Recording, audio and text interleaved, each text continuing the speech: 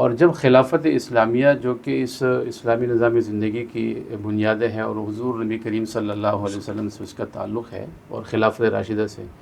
اس نظام کو بچانے کے لیے حضرت حسین رضی اللہ عنہ کی یہ ساری قربانی اسی کے ارد گرد گھومتی ہے۔ اور بنیادی چیز بھی یہ تھی، اقتدار ان کی منزل نہیں تھی، مطمع نظر نہیں تھا۔ حضرت حسین جو ہے وہ اقتدار کے لیے نہیں نکلے، بلکہ جب ان کو خطوط لے کے گئے، لوگوں نے ملاقاتیں کی ان کے پاس آ کے، ان کو یہ بات بتائی، سمجھائی، اور میرا خیال ہے کہ وہ اس چیز کو خود بہت اچھا ادراک رکھتے تھے اور اس کا احساس تھا کہ اس وقت امت کو ان جیسی ہی شخصیت جو ہے اس باطل نظام سے بچا سکتی، جو ملوکیت ہے یا جو حضور نبی کریم صلی اللہ علیہ وسلم کے اس لائے ہوئے نظام سے مطابقت نہیں رکھتی، بلکہ اس کے مقابلے میں جو جاہلانہ نظام تھا زندگی کا، اس کی نمائندگی اس میں پائی جاتی تھی۔ تو حضرت حسین یہ سمجھتے تھے، اور یہ مولانا مودودی رحمۃ اللہ علیہ نے اسی چیز کو اجاگر کیا ان کی مختلف کتابوں میں، اور انہوں نے خاص کر شہادت امام حسین کے نام سے ایک کتابچہ بھی ان کا موجود ہے، جس میں انہوں نے اس کو یہی چیز انہوں نے ایڈریس کی ہے کہ اصل جو ہے بنیاد یہ کہ خلافت اسلامیہ یعنی اسلامی نظام زندگی، اور دوسرا جو ہے وہ جو اللہ کے رسول صلی اللہ علیہ وسلم کے نظام کے مقابلے میں ایک نظام تھا جسے انہوں نے خود ختم کر دیا تھا۔ یہ چیز سے جو سید مودودی رحمۃ اللہ علیہ ایڈریس کیا۔ اچھا، ہم جب امام حسن رضی اللہ عنہ، امام حسین رضی اللہ عنہ کی بات کرتے ہیں اور یزید کی بات کرتے ہیں، اور اس کو آج کے دور پہ اگر آپ اس کو امپلیمنٹ کریں، آپ تھوڑا سا اس کو اس دائرے میں لے کر آتے ہیں، تو ملوکیت اور خلافت یہ دو اس وقت جنگ تھی، جو لڑائی تھی، جو اصل مسئلہ تھا۔ آج ہم اس کو کیسے دیکھ سکتے ہیں؟ تو آج بھی یہی کشمکش ہے، یعنی اس کے لیے فکری جو رہنمائی یا آبیاری آپ کہیں، مصر میں امام حسن البنا شہید رحمۃ اللہ علیہ، امام سید قطب شہید رحمۃ اللہ علیہ، بر صغیر میں امام سید مودودی رحمۃ اللہ علیہ، یہ وہ حضرات تھے کہ جنہوں نے اس فکر کی آبیاری کی، اور جسے بدقسمتی سمجھے یا آپ آج کے دور کی ضرورت سمجھے کہ مغرب نے اس کو پولیٹیکل اسلام کا جو ایک عنوان دیا ہے، تو ہم تو پولیٹیکل اسلام کے اوپر نہیں وہ بات کرتے، یقین رکھتے، ہم تو اس پہ یقین رکھتے کہ اصل آج کا نام کوئی بھی ہو لیکن جو بنیاد ہے وہ وہی ہے۔ تو آج کے دور میں بھی یہ رویے آپ کو نظر آئیں گے، اور میں یہ سمجھتا ہوں کہ جس طرح اس وقت یہ جو یزیدی رویہ ہے، جس طرح وہ غالب تھا اور اس نے اس پورے نظام کو کیپچر کر دیا تھا، تو آج بھی اسی طرح کے صورتحال ہے کہ پوری دنیا میں آپ مسلم ممالک میں دیکھ لیں، دوسرے ممالک کی بات نہیں کرتے، کوئی 56-57 اسلامی ممالک ہے، تو وہاں پر جو نظام حکومتوں کے چل رہے ہیں تو وہ اسی کی نمائندگی کرتی ہے، اور اسی نظام کو ختم کرنے کے لیے اور اس کی جگہ ایک صالح نظام جو کہ حضرت حسین، پھر خلافت راشدہ، پھر حضور نبی کریم صلی اللہ علیہ وسلم سے نسبت رکھتا ہے، اس نظام کو لانے کی جو کشمکش ہے وہ برپا ہے، اور یہ رویے ہے، ایک حسینی رویہ، ایک یزیدی رویہ، اور یہ ظاہر ہے کہ سیاسی طور پر بھی اسی طرح جو ہے آج کے دور میں موجود ہے، وہ کشمکش جاری ہے۔ ڈاکٹر صاحب، ہم تھوڑی دیر کے لیے اگر چلے، ہم اس تصور کر لیتے ہیں کہ آج کے جس دور میں ہم رہ رہے ہیں، مسلمان جس طرح اس وقت مشکلات میں ہیں پوری دنیا کے اندر، اور ایک کشمکش ہے، آپ نے بھی ذکر کیا اس بات کا، ہم تصور کر لیتے ہیں کہ سیدنا امام حسین، حضرت امام حسین رضی اللہ عنہ اس دور میں موجود ہوتے تو ان کا رویہ آپ کے خیال میں کیا ہوتا؟ وہ کس طرح چیلنج کرتے اس پورے سسٹم کو؟ دیکھیں، اس وقت بھی حضرت حسین نے جو طریقہ کار اختیار کیا تھا وہ بالکل واضح ہے، آج بھی اگر وہ ہوتے تو میں یہ سمجھتا ہوں، میرا خیال ہے کہ جتنا میں نے حضرت حسین کا مطالعہ کیا ہے تو وہ بھی پرامن طریقہ تبدیلی کی طرف جاتے ہیں، اس کا ذریعہ کوئی بھی ہو سکتا ہے، آج کے دور میں بہت سارے ذرائع ہیں، اور جس طرح اس وقت انہوں نے ایک طریقہ اختیار کیا اور نکلے اور اس نظام کو تبدیل کرنے کی اپنی سی کوشش کی، جس میں ان کی جو کوششیں تھیں ان کو سبوتاج کیا گیا، تو آج بھی اگر حضرت حسین رضی اللہ تعالیٰ عنہ زندہ ہوتے، حیات ہوتے، تو آج کے دور میں بھی وہ اسی طرح جو ہے وہ تبدیلی کی کوشش کرتے ہیں۔ ظاہر ہے کہ جو اس وقت نظام مملکت پوری دنیا میں مسلمانوں کے آج موجود ہے، وہ اس نظام کی نمائندگی نہیں کرتا جو کہ حضرت حسین چاہتے تھے، اور میرے خیال ان کی ذاتی چاہت نہیں تھی، اس کا تعلق تو قرآن اور سنت سے ہے۔ اچھا ویسے ہم جب اس پورے واقعے کا ذکر کرتے ہیں، کربلا کا ذکر کرتے ہیں، اور بہت احتیاط کے ساتھ چلے ہم اگر بات بھی کرتے ہیں، تو حضرت امام حسین تعالیٰ جس طرح تشریف لائے کربلا، اور پھر انہوں نے ان کو جس طرح اس وقت ٹریپ کیا گیا ہے سارے معاملات میں، لیکن بعض علماء یا بعض جگہوں پہ پھر بھی یزید کے حوالے سے بات کی جاتی ہے تو کچھ نہ کچھ سافٹ کارنر دکھایا جاتا ہے، یہ کیا وجہ ہے؟ اصل میں اس میں فکری جو رہنمائی ہے نا، اس میں غلط طریقہ اختیار کیا گیا، لوگ وہ رہنمائی فراہم نہیں کر سکے جو کہ ٹھیک اسلامی بنیادوں پر قائم ہو۔ آپ جس چیز کی طرف اشارہ کر رہے ہیں، آج کے دور میں بھی ایسے لوگ پائے جاتے ہیں جو یہ کہتے ہیں کہ جی حضرت حسین کی شہادت تو جو ہے وہ کسی جنگ کے نتیجے میں ہوئی ہی نہیں ہے۔ کہتے ہیں کہ یہ ڈاکوؤں کا ایک قافلہ تھا، ڈاکوؤں کا ایک گروہ تھا جنہوں نے حضرت حسین کو شہید کیا، نعوذ باللہ۔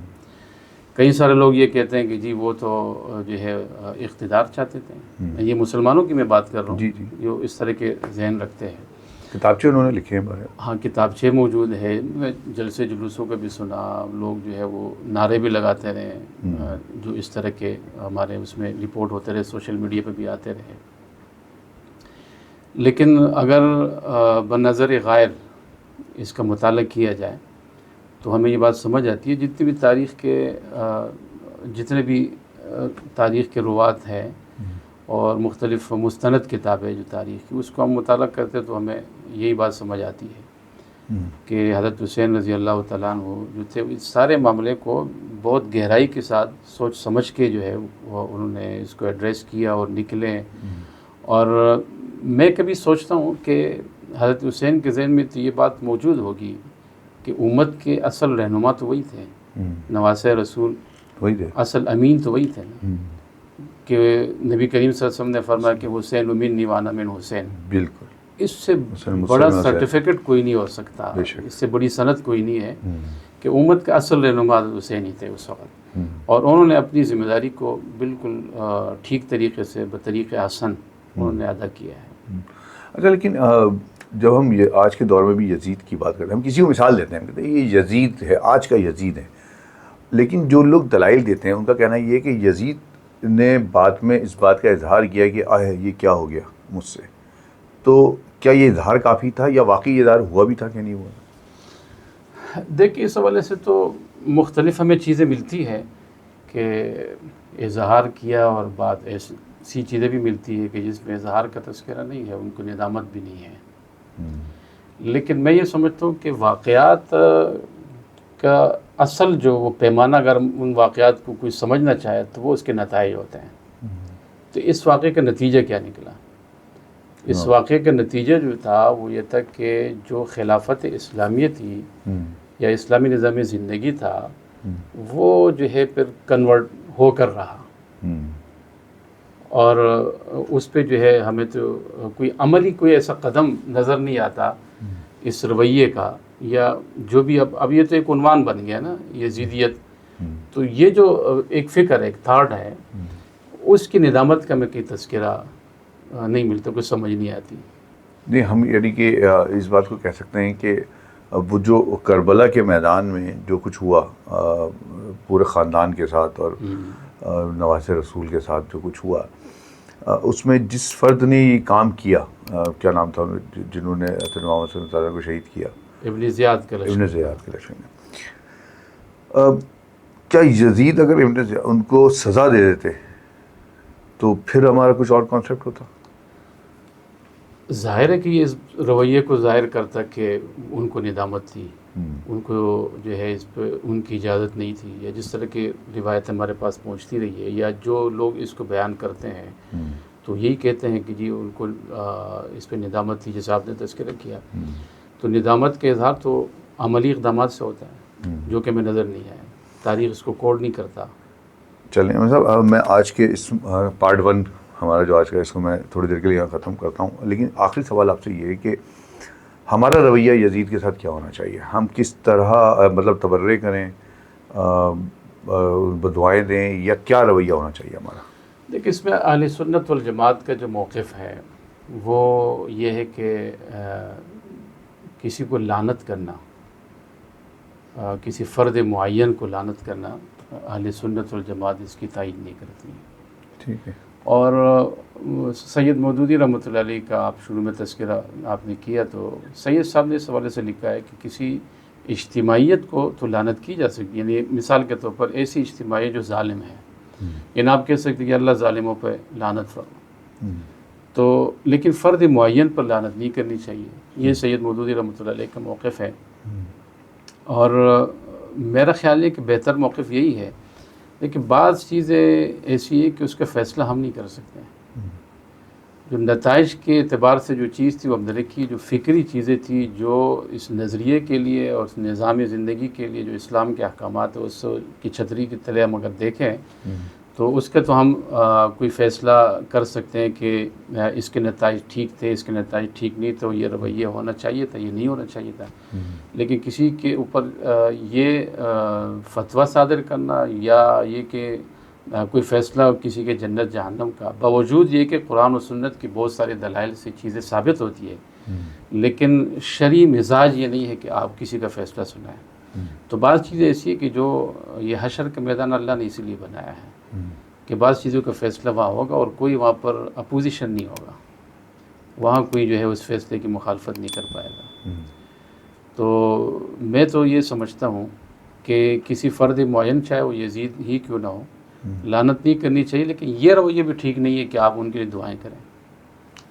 اور رحمۃ اللہ علیہ کہنا یا ان کے لیے فضائل بیان کرنا، یا پھر یہ کہ ان کی طرف سے آپ کھڑے ہو جائیں، مزاحمت شروع کرے، جنگ و جدال کرے، بحث و مباحثہ کرے. یہ ساری چیزیں جو ہے یہ شریعت کی نظر میں بھی ٹھیک نہیں ہے، اور جو امت کا صالح طبقہ ہے اس کی نظر میں بھی ٹھیک نہیں ہے. چلیں سر، بہت شکریہ. آج ہمارا پہلا پارٹ کو ہم یہیں اینڈ کرتے ہیں، اور انشاءاللہ ہم سیکنڈ کے لیے بھی بات کرتے ہیں. یہ آپ نے آج 9 محرم کو ہم نے کوشش کی ہے اور گفتگو کی، اور کوشش کی ہے کہ بچتے بچاتے اور صرف اس بات پہ بات کریں کہ جس سے ہمیں کوئی اصلاح مل سکے، اصلاح ہو سکے ہماری، اور آج کا مقصد حاصل کر سکیں. آپ کو کیسا لگا پروگرام اس بارے میں بتائیے گا. سبسکرائب کریں MHS اسپیکس کو، سبسکرائب کریں، کمنٹس میں اظہار کریں، شیئر کریں ویڈیو کو. انشاءاللہ سیکنڈ پارٹ آپ کو کل 10 محرم کو ملاحظہ کیجیے گا اور ضرور دیکھیے گا. سیکنڈ پارٹ میں انشاءاللہ ہم مزید کچھ گفتگو کریں گے. بہت شکریہ. اللہ حافظ.